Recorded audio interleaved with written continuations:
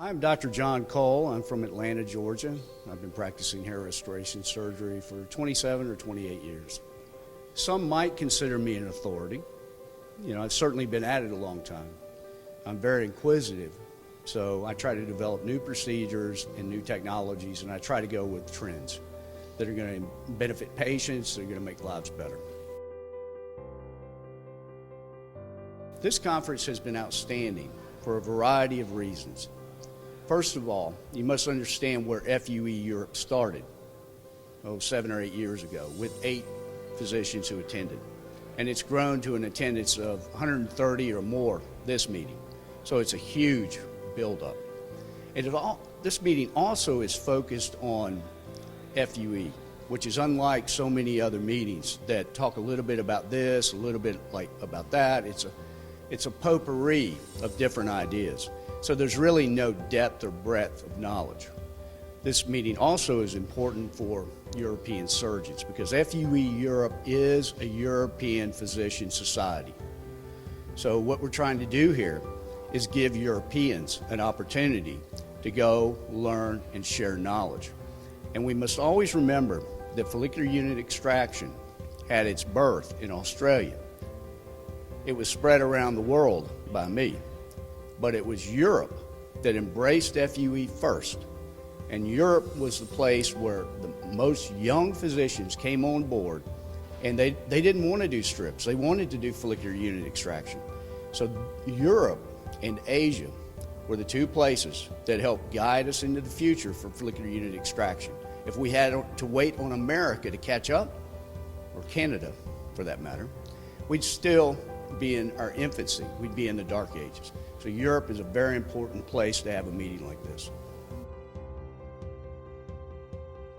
This meeting, we gave a Lifetime Achievement Award to Spencer Coburn.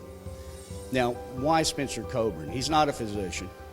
I think it's the first award any society has given to a non-physician. But we gave it to him because Spencer Coburn is a consumer advocate, an author, and he manages a radio program that he's managed since 1998. Spencer Coburn has single-handedly helped to move the world in the right direction in terms of how we perform surgery. You see, physicians tend to get stuck in their ways. They're like Missourians, the show me state. Show me and then maybe I'll believe it, but that leaves them slow to develop, very slow to advance.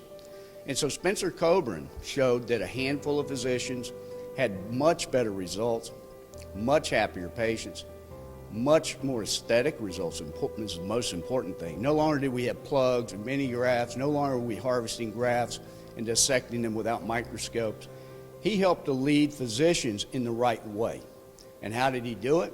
Well, unfortunately, most physicians respond to consumer pressure. When the consumer demands something, the physician has no choice. He has to modify what he's doing. So you see, when you affect a physician's pocketbook, they're going to change. And Spencer Coburn helped do that.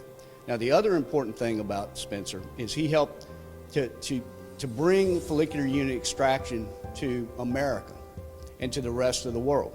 And he did that by noting some work that was done by Dr. Ray Woods, which was then called the Woods procedure. He brought that procedure to the rest of the world.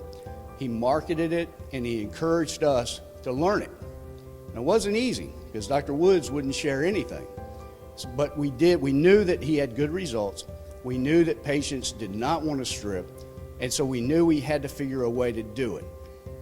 And we did. But it was the efforts of Spencer Coburn that helped bring this procedure to the rest of the world. He's a very important part of the advancement of hair restoration surgery, and he's a very important player in terms of protecting patients and making sure that they get the best possible quality and also the best possible care.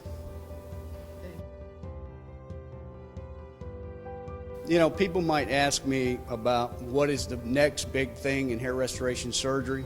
And the fact is, it's probably cell-based therapy, all right? From a surgical perspective, it's probably advancement in implanters. Now, implanters are going to help speed up the process. They're going to help eliminate staph. They're going to hopefully help create better results and finish procedures more quickly. But cell-based therapy is very important. You see, cell-based therapy is all about anti-aging for hair follicles. Every man and every woman begins to lose hair at age 35. They begin to thin, all of them. And it's aging. And you can think about women. What do? Well, they put creams on their face, and they're constantly worried about their appearance. They get microdermabrasion, all these things, these beauty treatments.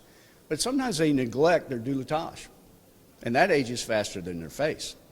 But they also forget about their hair, and their hair starts to age, show signs of aging at age 35. And all the things women do to their hair help cause breakage and thinning. And so we have to think about, both men and women, about how we can preserve the life of a hair follicle. The House of Lords did a study, and they found that children born in 2010, the females were estimated to live to age 96, the males to age 93. And the human hair follicle just wasn't built to last 93 to 96 years of age. So cell-based therapy is going to prolong the life of hair, and our objective is to, when you're 90, for your hair to look like you're 50. Well, wouldn't you, when you're 90, like to look and feel like you're 50 and be active and able to do things and not home-ridden, be able to get up and down the steps? Well, that's what all this regenerative medicine is about. So that's the next big thing, in my opinion.